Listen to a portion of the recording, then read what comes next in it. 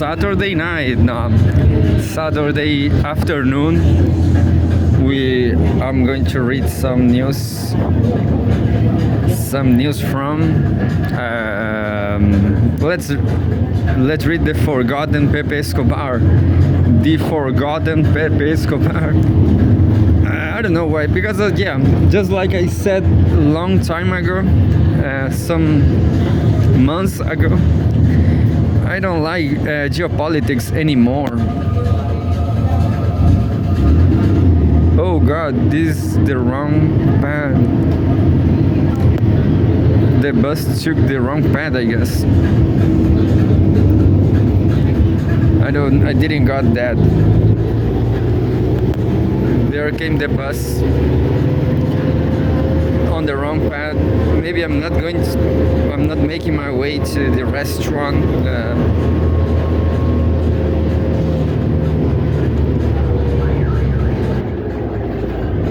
But anyway, Pepe Escobar Telegram. Pepe Escobar Telegram. I hope to lunch for the second time.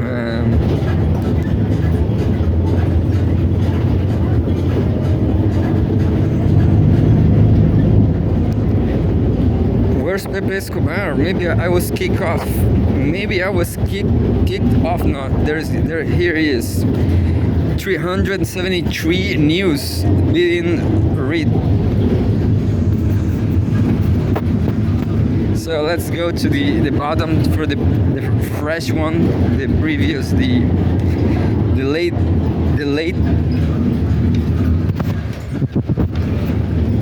And Pepe is publishing up. There's a propaganda from another channel. X World, History of the World. Well, Pepe Escobar is. I'm not even watching Pepe Cafe videos from Portuguese audience because I don't like geopolitics anymore. You know, I'm facing a lot of. I didn't make my way to Brazil to study in a master degree program. But yeah, and so I'm depressed, smoking a lot of weed. Weed from the street floors, from 5th region, from Valparaiso. And maybe this is a new route. This really shocked me because anyway, I thought I was fine, but I'm not. So there's Pepe Escobar in inner China,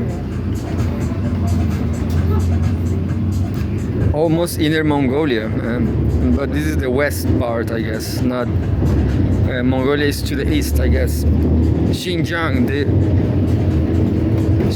the stark beauty of Taklamakan, just crossed from the northern Silk Road to the southern, across the Taklamakan, back again, then back again via sandy back roads. As just I showed, crossing Taklamakan, unplugged, impeccable highway. The first one, built in 2007. It's really strange how sand doesn't cover, but I saw a video. Chinese, they made some protection to the roads, to the highways, and we will never see roads on the ocean for sure. A lot of ships and reeds by the roadside to protect from the sand. Yeah, reeds by the roadside to protect from sands, known as the quote-unquote the Chinese magic cube. So I'm still kind of connected to Pepe's mind. We thought the same thing. This is not easy, to protect a road. As we can see, Aconcagua mountain in the background. we cannot see because, but today the view is nice. Green fence as the second protection. Green fence, yeah. This fence I saw on a video, and yes, it's very windy. So yeah, an engineering challenge. Here we're crossing from the north to the South Sea Road in the direction of the key oasis of Hetian. And I'm trying to find the late article in English just to practice. Despite I'm fluent, I got a 120. I'm sorry, 120 score from Duolingo English test. There's not a proper article, but there's a Telegram article about Iran. It says 10 billion gamble. The Istanbul-Tehran-Islamabad rail corridor is back on the agenda. Interesting. The plan: Pakistan, Iran, and Turkey are setting concrete targets. Weekly trains, track upgrades, and border terminal expansions. The goal is to boost abysmal trade to a staggering $10 billion annually. The upside is enormous. Economic engine: the ambitious $10 billion annual trade target is a signal of intent. This corridor will slash shipping costs and times, making businesses in all three countries more competitive globally. Second, efficiency leap: shifting from congested, expensive trucking to high-capacity rails. Rail is a no-brainer, it's smarter, cheaper, and more sustainable. This is a huge upgrade in regional logistics. Strategic brilliance.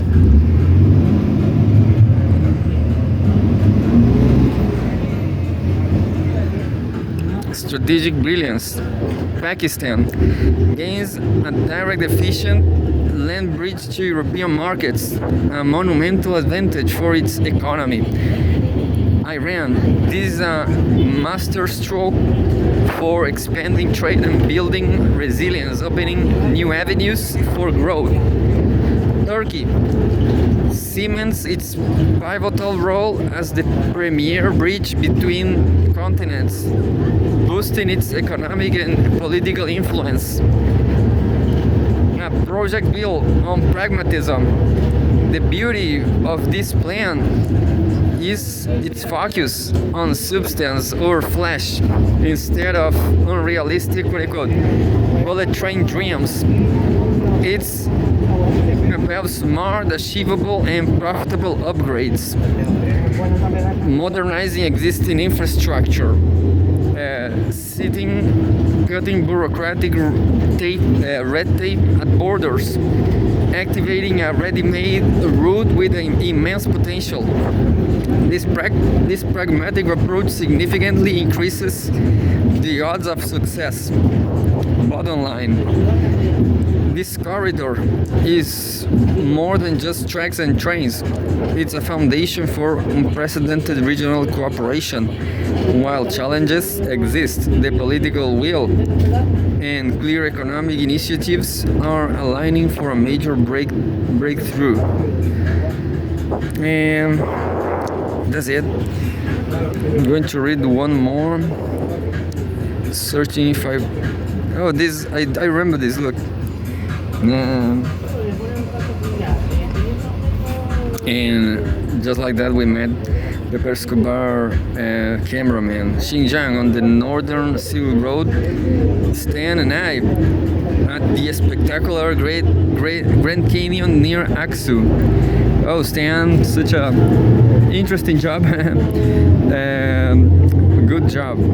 And there's more from Pepe on desert.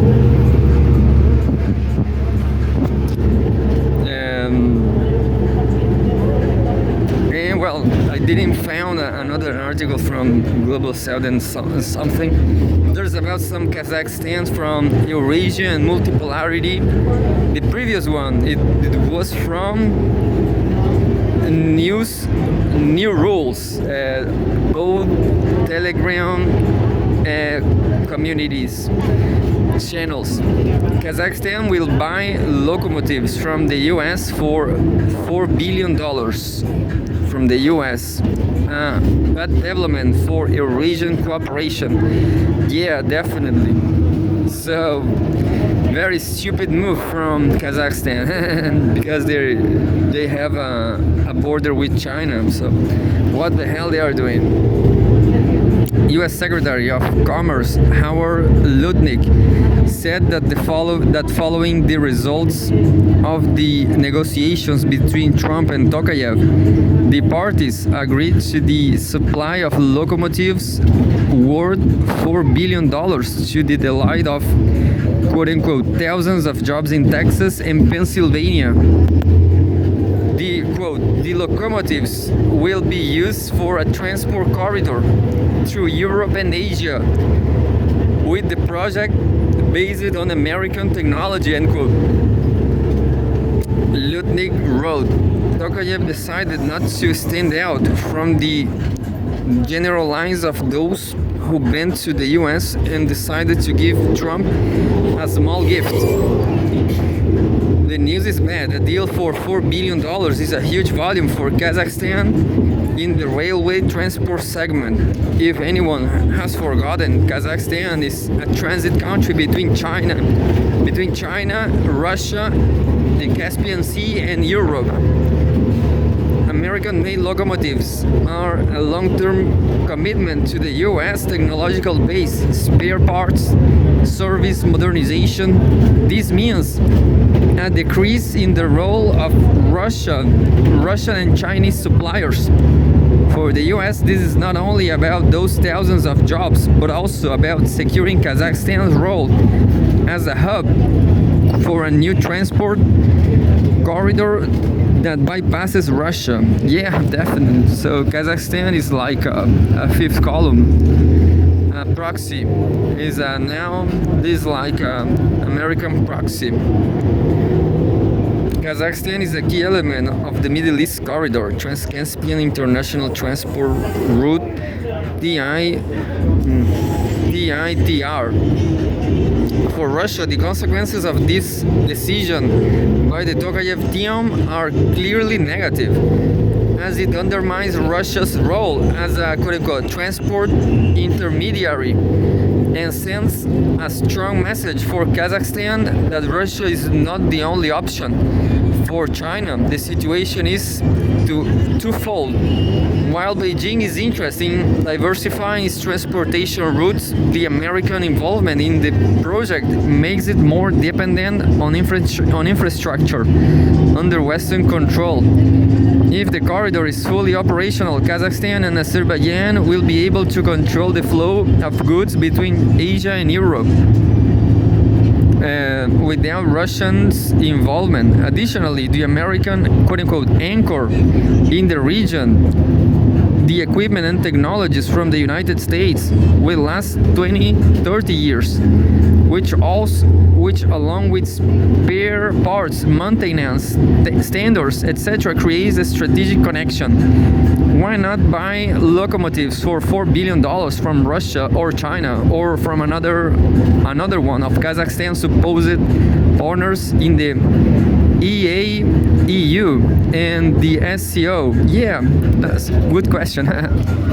Maybe, I just have an idea that China just specialized too much on high-speed trains, and maybe the US has this market, anyway, for normal corridors, for normal trains or whatever. It's time to not high-speed trains. It's time to wake up. We are increasingly being outmaneuvered in the political game, both in the Caucasus and in Central Asia, if we continue to live in the illusion that the ideological legacy of the USSR, the one we curse, is eternal. and that, quote unquote, they won't go anywhere, then our rosy dreams will be unpleasantly confronted with hard geopolitical facts, most notably the anti-Russian arc stretching from the Baltic states to Tajikistan.